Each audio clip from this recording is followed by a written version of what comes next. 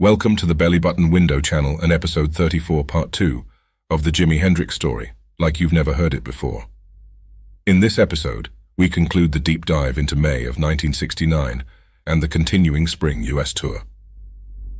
Please remember to check the channel's community tab and video information page, where you will find links to related videos, performances, and stunning photographs from the period. Monday the 19th of May, according to John McDermott, with the Madison Square Garden gig behind them, the experience once again split in three directions, and Hendrix returning to the record plant. May 19th saw Jimi share a psychedelic jam session with Timothy Leary titled Live and Let Live. On the 21st, Lullaby for the Summer was reworked, but no finals completed. While on the 22nd, Message from Nine to the Universe was cut, an early derivative of Message to Love, which was a long jam that also included off-key harmony vocals from Hendrix's girlfriend Devon Wilson. McDermott goes on to note that a listen to the session tape offers a clear insight into the atmosphere Buddy Miles provided for Hendrix. From a business perspective, these sessions were not productive, yet they were fun, an element sorely lacking from the majority of Jimi's recent work with the Experience, either on stage or in the studio.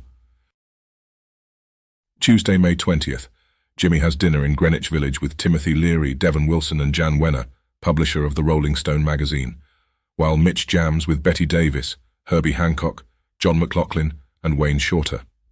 Thursday, May 22nd, Vancouver Pacific Coliseum. Proposed concert is cancelled owing to the fallout from the Toronto bust. Friday, May 23rd, Seattle Center Coliseum, Seattle, Washington, with Fat Mattress in support, before an audience of 10,000 fans. Concert set list: Come On, Part 1, Getting My Heart Back Together Again, Foxy Lady, Red House, I Don't Live Today, Purple Haze, and Voodoo Child Slight Return. In a piece titled Fat Chance, Jimi Hendrix Experience plays the Seattle Center Coliseum, the History Link website observed that, traveling along with Hendrix as the opening act was a new band called Fat Mattress, a side project for Noel Redding. Redding had founded the folk rock band in his hometown of Folkestone, England. The idea was that he could play guitar, sing, and front the band. But Fat Mattress was at an obvious disadvantage, opening for one of the greatest bands alive. The prime exposure was nice, but it opened up Fat Mattress to direct comparison to the headliner, and critics found it easy to contrast the quality of the two acts. Such was the case on May 23, 1969, when Fat Mattress opened at the Coliseum. The Seattle Post-Intelligencer review the following day noted, "The Fat Mattress wasn't particularly outstanding. They are a loud hard rock group, and Redding's lead guitar playing isn't as good as his bass support with Hendrix. The audience never got very turned on by the Fat Mattress. Fat Mattress's eponymous 1969 album failed in the marketplace, and the lack of demand caused the band's subsequent headlining tour of 30 dates to be cancelled after 5 shows. With thunder and lightning crashing outside, the Jimi Hendrix Experience followed Fat Mattress to the Coliseum stage, and Seattle's hometown hero was up to the task. Hendrix opened the show by asking the audience to forget about yesterday, forget about tomorrow, and try to build a world right then, in the Coliseum, with the music. He also dedicated the show to his family and to Garfield High School, wrote Post-Intelligencer music critic Bruce Bulls. Then, as an afternote, he asked the audience not to flash any flashbulbs because they disturbed his concentration. Bulls continues, "The minute he started playing, the flashbulbs started going off like firecrackers. It suddenly seemed like the place was filled with ghouls, all armed with 1,000,000 flash cubes. It was incredible. It was insulting. But apparently the flashbulbs didn't bother Hendrix as much as it did me, because when he launched into Foxy Lady, it was Hendrix, good as ever. He played both old and new numbers, but it was the old stuff that seemed to go over the best.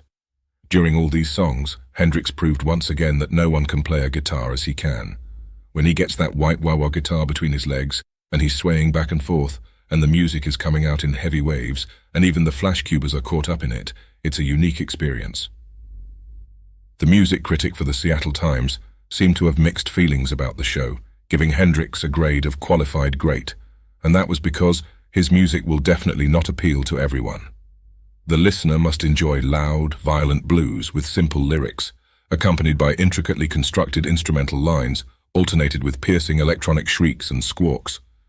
Hendrix proved to be not only a virtuoso blues guitarist, but an excellent showman, Hendrix, wrote Times critic Janine Gressel, had established an immediate rapport with the crowd. He had something meaningful to say before each song and said it as lucidly as any trained speaker. Regarding his blues-based numbers, his were not the down-and-out poor me, what's the use style of self-pitying lament. His music may have been angry and full of protest, but it had dignity. His songs never whimpered at injustice. They were forcefully indignant and demanded respect and empathy from the audience. Hendrix's straightforward lyrics were powerful, but his playing was even more so. The Jimi Hendrix Experience is well named. The act is one that must be seen to be appreciated. To feel the impact fully, the experience must be experienced. The Jimi Hendrix Experience had blown the roof off the joint, and Hendrix was amped up. Jimi had come to Seattle from New York with a girlfriend, Carmen Barrero, and they had checked into the Sherwood Inn at 400 NE 45th Street in the University District. But now, before heading back to their room, Hendrix wanted to show Barrero around his hometown. He asked a kid, who had just requested his autograph backstage, if he had a car and could drive them around. The shocked fan agreed, and they dashed through the rain and jumped into his Volkswagen Beetle. For the next 2 hours, Hendrix led a guided tour, showing Barrero the business strip up Jackson Street, several of his boyhood homes and boarding houses in the Central District, Garfield High School, and the former site of the Birdland Dance Hall on East Madison Street, where his teenage bands had played. The Jimi Hendrix Experience left the next morning to continue its tour into California, Hawaii, and Colorado. Saturday, the 24th of May, Sports Arena, San Diego, California. Backstage, Hendrix agreed to be interviewed by Jim Brody, a writer for the San Diego Free Press, in a piece published June 13, 1969. First, though, he instructed a roadie to clear the room of everyone but himself and Brody, whom he gave permission to tape the interview. Even so, people kept walking in and out of the room during the chat, apparently causing Hendrix some distress. Highlights included how Jimi became more and more interested in jazz through Miles Davis's pianist Larry Young, how open-air concerts really attract him. We get together to play together. It just happens. We will play most of the time in the open air, in places that can accommodate a lot of people. It will be a bit like a celestial church. The best way for your music to resonate with you is the atmosphere. We play very loudly so that the audience can also physically feel the music, which they take with them, in their hearts, and how in June work was to begin on the Electric Lady Studio, on the ruins of the former Generation Club in Greenwich Village. At one point, according to Brody, the interview was interrupted by promoters and someone with a love medallion. Apparently, top 40 radio station KCBQ had sponsored a contest in which entrants who had made the grooviest love medallion would win a free ticket to the concert and present their love beads to Hendrix in person. Jimi, who knew nothing of the contest, refused to save face for the bumbling KCBQ and wouldn't see the winners. With Fat Mattress as support act, concert tickets for the Sports Arena show cost patrons from between $2.75 to $5.50. The concert was sold out, and a few hundred fans were milling about in the arena parking lot as Fat Mattress hit the stage, just before 9 o'clock. Several people had been caught trying to gain entrance with counterfeit tickets, apparently purchased from a parking lot scalper. The bogus tickets were confiscated, and those bearing them were refused admittance. Some of these agitated individuals loitered near the entrances, well into the concert, alongside other ticketless youths, determined to get an earful of the music being played on the other side of the arena's glass doors. At one point, a few dozen of them decided to join forces and rush the gate by surging en masse past security guards. A scuffle and several short chases ensued, and most of the gatecrashers were turned away or arrested, prompting local headlines the next day to read, "Police arrest gatecrashers at arena show," and "Music lovers mar Hendrix concert in arena." When the Experience hit the stage just before 10 p.m., a professional crew recorded the entire concert direct from the soundboard mix. The man in charge of recording the show was Wally Hyder, owner of a Northern California recording facility frequented by the Jefferson Airplane and many others. Running the mix from the soundboard was Abe Jacob. Jacob had started as a sound engineer in San Francisco, mixing for the Mamas and the Papas and Peter, Paul and Mary, as well as designing the sound system for the Monterey Pop Festival. Hendrix told the audience, "You people down here are witnessing some really beautiful times. Like groovy times you'll be telling your children and their children's children about, man. This is like the epicenter of where it's happening, right here in California. I just wanted you to know that. Even though I think you know it already. Does it ever rain here? Would you care if it did? I didn't think so. Concert set list. Fire. Hey Joe. Spanish Castle Magic. The Sunshine of Your Love. Red House. I Don't Live Today. Star Spangled Banner. Foxy Lady. Purple Haze. And Voodoo Child Slight Return. The entire set lasted just over an hour, for which the band was reportedly paid $55,000. A few minutes after 11 p.m., the Jimi Hendrix Experience left the stage, and all three band members walked off in different directions, without saying a word to each other. Hendrix went back to the Hilton Inn and met up with Brody again, in the hotel cocktail lounge, where the guitarist further discussed his philosophies of life, Brody says, without the pressure of a running tape recorder present. The newspaper reporter got the impression that the possibility of personnel changes isn't unlikely, which wasn't exactly news to Noel Redding, who tried unsuccessfully to find Hendrix at the Hilton Inn. I went down to Hendrix's hotel room, Redding says, and he wasn't there. There was all these sorts of people getting room service and smoking all these reefers, etc., etc., and I could tell he was getting, a bit bad. But what could I say? The following is an excerpt from an interview Noel Redding did with Rock and Roll Comics before he died in 2003. Fat Mattress was me getting back to me roots, Redding said. Fat Mattress was done with two members from an old band I'd been in called The Loving Kind. We put together the new group to open for experience shows, sure, but also to record and tour on our own. This was my outlet for songwriting, and Jimmy seemed to think the idea was great. We all planned on having our separate side projects, to keep everybody happy, but to keep the experience going as well. Redding says part of the motivation behind forming Fat Mattress was statements Hendrix had given in press interviews about taking a year off, as well as behind-the-scenes vibes he'd picked up from Jimmy. Around the time we went down to San Diego, there was talk of the group being expanded. I hadn't been asked about it. At that point, I was asking a lot of questions about the finances, about where all the money was. I think they brought in Billy Cox because I was asking so many questions. Redding recalls an argument with the Experience's road manager when the group arrived in San Diego. I think that was the first time Mitch and I were put on a daily dole, an allowance, I guess you'd call it, that we had to use to pay for anything besides the hotel and room service. Everything used to be taken care of and paid for. But all of a sudden, it was up to me to buy me own guitar strings if I needed another set. They fobbed off paying the bill for Fat Mattress too. I believe they had to stay in a different hotel from the rest of us, and a none too nice one at that. Sunday the 25th of May, Northern California Folk Rock Festival, Santa Clara Country Fairgrounds, San Jose, California. This concert was partly filmed and included support acts, Fat Mattress, Taj Mahal, Loading Zone and others. Concert set list. Hear My Train A Comin'. Fire. Spanish Castle Magic, Red House. I Don't Live Today. Foxy Lady, Purple Haze. Voodoo Child, Slight Return, and Sunshine of Your Love. Carlos Santana remembered, the first time I saw Jimmy was at the Santa Clara Fairgrounds in San Jose. It was probably the most incredible concert I ever heard in my life. I have never heard him play better after that. The show was absolutely incredible. Jimmy was at the peak of his art. At one moment he would get caught inside a proton or a neutron, and the next minute he would throw you to the Milky Way. I've never been exposed to that drastic form of expression. Somebody actually recorded it that day. I listened to it and I'm still blown away.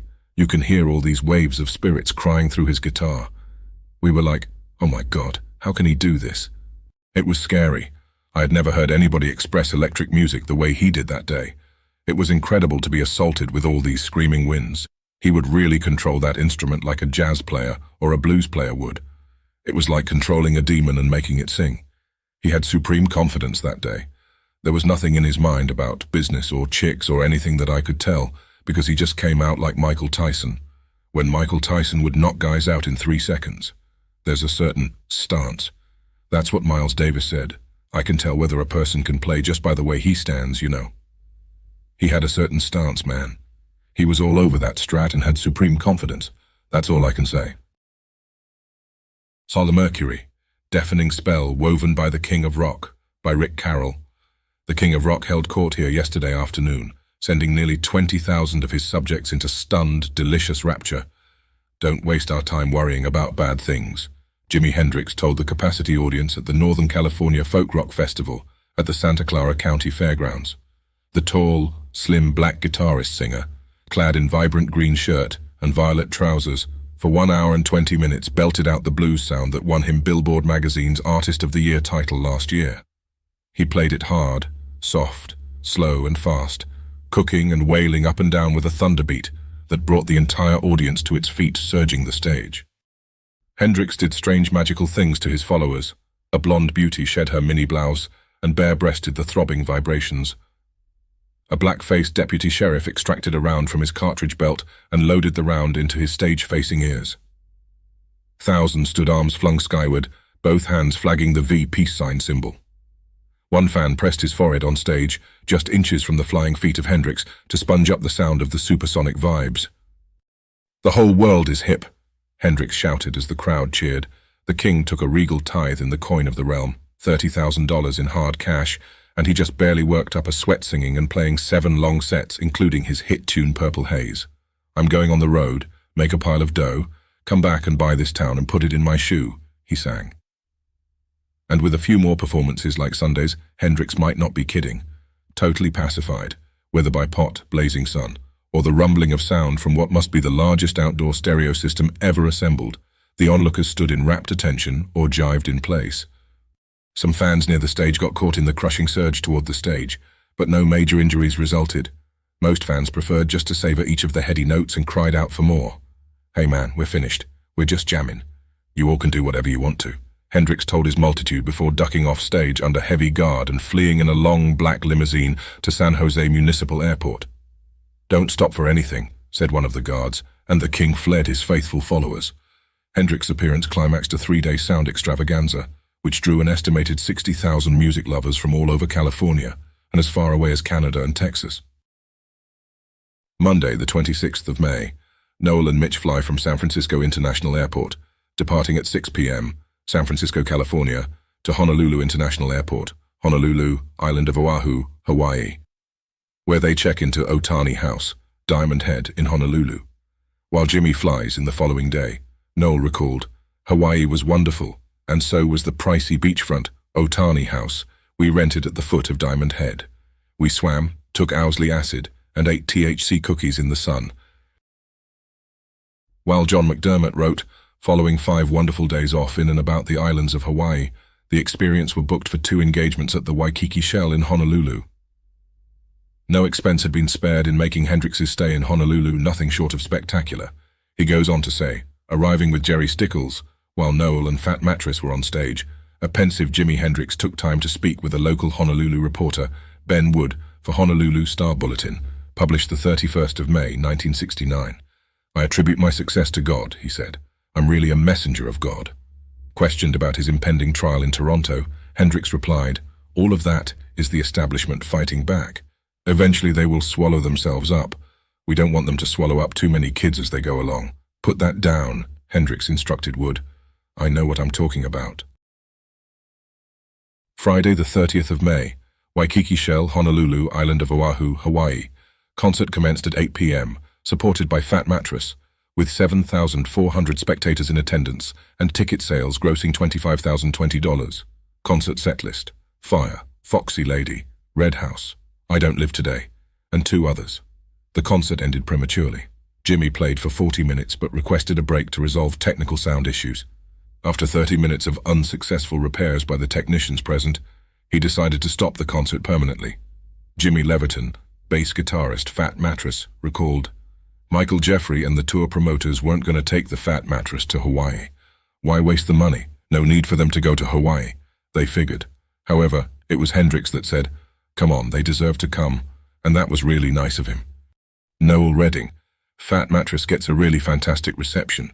Perhaps we're more suited to the vibe of Hawaii with our relaxed style. Jimmy doesn't help himself when the experience goes on, and then later he refuses to play because there's a small buzz on the amps, really nothing more than an earth hum. I was so pissed off. I couldn't believe he would do it. It was downright embarrassing for me and Mitch." Eddie Sherman, "Promoter Tom Moffat joined guards chasing a youngster at the Waikiki Shell, brought him down with a flying tackle. Tom then learned the reason for the chase. The lad jumped the fence because he didn't have money for a ticket. Moffat gave him a chair down front gratis." Honolulu Advertiser, the 3rd of June, 1969. Steve Moore, Young Hawaii, the 15th of June, 1969. Friday was pretty grim. He probably just didn't feel like playing Friday, and Hawaiian Electric or whoever gave him a good excuse to split. The fat mattress was not so hot, the crowd was a little turned off, and as everybody started off on a down, that's where they stayed. Ben Wood, Honolulu Star Bulletin, the 31st of May, 1969. Jimi Hendrix, who calls himself a messenger of God, had his message cut short by a faulty sound system last night before some 8,500 persons at the Waikiki Shell. In the 40 minutes he was on stage, Hendrix, solidly backed by the loud and driving rhythm of Noel Redding, on bass guitar and drummer Mitch Mitchell, turned on the huge but orderly crowd Wayne Harada, Honolulu Advertiser, the 1st of June, 1969. It was altogether a bad experience for the 8,000-plus fans. Hendrix performed 6 numbers, decided that an insistent hum in 3 of his 16 amplifiers wasn't to his liking, called an intermission that lasted 50 minutes, and that was the last the audience saw of him. Assuming an artist has the right to demand suitable and proper acoustical structures, Hendrix decided not to return to the spotlight. The drone of his guitar was noticeably bad and not only disturbing, but embarrassing. The announcement as to why he wouldn't come back on stage was reasonable enough. He wants to perform in the best way possible, and that meant no hums. But ho-hum. Hendrix knew from the moment he was on that something was amiss. He did perform for at least 30 minutes. He would have been wiser to do 2 or so additional tunes and then call it an evening. Instead, he violated the trust of his patrons, who faithfully turned out and went home disappointed. The deal, if it is one, is simply this. Those with ticket stubs to Friday's concert will be readmitted at a rescheduled performance at 7 p.m. today at the Shell. I don't think I'd care to return to tonight's show. Humming aside, I found Hendrix's second Honolulu date. He was here last October, electrifying the Honolulu International Center Arena, uninspiring, uninventive, and quite frankly, unusually disjointed. His stage form has become quite predictable, with visible annoyance. He spices most tunes with a musical technique exclusively his, grinding his teeth on the amplified guitar strings, shoving the instrument into his groin in a suggestive dance, rubbing the guitar in a fondling sort of way on the microphone stand, and bursting into occasional dance. If audience reaction is a measure, Hendrix lacked fire. When he can be heard, he's exceptionally good. Hendrix's 2 sidekicks, drummer Mitch Mitchell and bassist Noel Redding, were rather wooden, but then again, they didn't have much time to display their total talents. But a bad hum turned into a bum trip. Rock music and noise are often linked in the same category, and from this corner they shared the same bed Friday night. Steve Lyson. Everybody I knew took acid right before the concert. It's packed in there, and all of a sudden this full moon, I've never seen it so big, this hideous-looking, full-orange full moon came right over Diamond Head, and we're all looking at it. Whoa, look at that, looks just like an evil moon and stuff like that, like you feel the presence of the devil. And all of a sudden he came out on stage, and I think his first song was Fire. I don't remember if it was the first one, but I remember it was in the first 3. It was like an acid vacuum cleaner, blowing everybody's mind, so to speak, and people couldn't handle it. I think I left after about the 4th or the 5th song. Laughs. I couldn't handle it. So what I heard from other people the next day, just after I left, he left the stage, and his promoter came out and said that Jimmy would make up with a free concert on Sunday night. Tom Hewlett, concert promoter, Concerts West. The audience was dead. They seemed stoned and gave no reaction. Jimmy spoke to the crowd and excused himself, saying that he had to have this problem fixed. He went and got into his limousine. Tom Moffat got on the microphone. Eric Barrett and Jerry Stickles ran around trying to fix the problem. I was getting nervous. We were sold out, and all of a sudden nothing was happening. Then Stickles came up to me and said that Jimmy didn't want to go back on. I told Stickles to keep people playing with the wires while I went out to the car and spoke with Jimmy. Stickles and I must have tried for 30 minutes, but he was not going back on. Jimmy said to tell everybody to come back Sunday night. He would more than make up for it then. I tried to explain that they were all here now, and we had already torn their tickets in half, but I knew him too well. He wasn't going back on. Knowing this, we got a hold of the building manager, ran down to the old Honolulu arena used for wrestling matches, and picked up rolls of tickets. We made an announcement that the sound system couldn't be repaired, and Jimi Hendrix wouldn't want to perform with substandard equipment, all of which was bullshit, and that if they all left quietly and picked up a ticket stub, they would be admitted to the Sunday concert. Everybody was pissed off. These people were all fucked up on drugs, and little more than 1,000 picked up their stubs. The rest were yelling, "Fuck you." Tom Moffat. The night that we did the Waikiki shell was the first time that we used any kind of high amplification in sound. You know, Jimmy stacked the speakers on each side of them. Jimmy would stand in the middle, so we utilized a lot of power for those speakers. And towards the end of his set, I think they brought the lights up or something which created a buzz. We didn't know what the hell created the buzz. And so he finished the song and walked off. And Tom Hewlett and I were by the side of the stage, and Jimmy says, "I can't go on, man." And I said, "Jimmy, just go out and play one more song and say goodnight, and everybody will be happy, 'cause you've done an hour over an hour." "No, man, I can't shortchange my fans. I can't do it. I can't continue because we got this technical problem." Everybody back here Monday night. We had guys on ships in the Navy that couldn't come back Monday night, and everybody is going to the box office to get their money back. Oh. They burned the fence by the box office trying to get their money back. Tom and I took off. He just wouldn't change his mind. He was really easy to work with, you know. Never any ultimatums. The only time I ever saw him upset was when he cancelled the rest of the concert. And Jesse Sartain. He had tremendous sound problems. The sound was not working, so he said, "Hey, this is bullshit." I was backstage hanging out. Jimmy seemed to be a lot more distant. He seemed to have changed. He wasn't that accessible compared to October 1968. Finally, he just stopped and said, "I'm not going to do this anymore. I want everybody to come back Sunday." And they turned the lights on, and everybody was kind of going, "Whoa, what's this?" Then they made an announcement from the stage, "Just bring your ticket stub back in on Sunday and you can come in for free." Well, obviously a lot of people had thrown their stubs away, so it essentially became a free concert. Honolulu Advertiser, Home Cut's Short Hendrix Show, by Wayne Harada. It was altogether a bad experience for the 8,000+ fans who went to hear the Jimi Hendrix Experience groove Friday night at the Waikiki Shell. Hendrix performed 6 numbers, decided that an insistent hum in 3 of his 16 amplifiers wasn't to his liking, called an intermission that lasted 50 minutes, and that was the last the audience saw of him. Assuming an artist has the right to demand suitable and proper acoustical structures, Hendrix decided not to return to the spotlight. The drone of his guitar was noticeably bad, and not only disturbing, but embarrassing. The announcement as to why he wouldn't come back on stage was reasonable enough. He wants to perform in the best way possible, and that means no hums. But ho-hum. Hendrix knew from the moment he was on that something was amiss. He did perform for at least 30 minutes. He would have been wise to do 2 or so additional tunes, and then call it an evening. Instead, he violated the trust of his patrons, who faithfully turned out and went home disappointed. The deal, if it is one, is simply this. Those with ticket stubs to Friday's concert will be readmitted at a rescheduled performance at 7 p.m. today at the Shell. Apparently no refunds will be made, since Hendrix, in fact, gave about half of what he would normally give, a display of guitarmanship coupled with gravel-like vocalry, a form that has brought global fame to the trio. I don't think I'd care to return to tonight's show. Humming aside, I found Hendrix's second Honolulu date. He was here last October, electrifying the Honolulu International Center Arena. Uninspiring, uninventive, and quite frankly unusually disjointed. To be sure, Hendrix continues to be a better guitarist than he is a vocalist, but his stage form has become quite predictable with visible annoyance.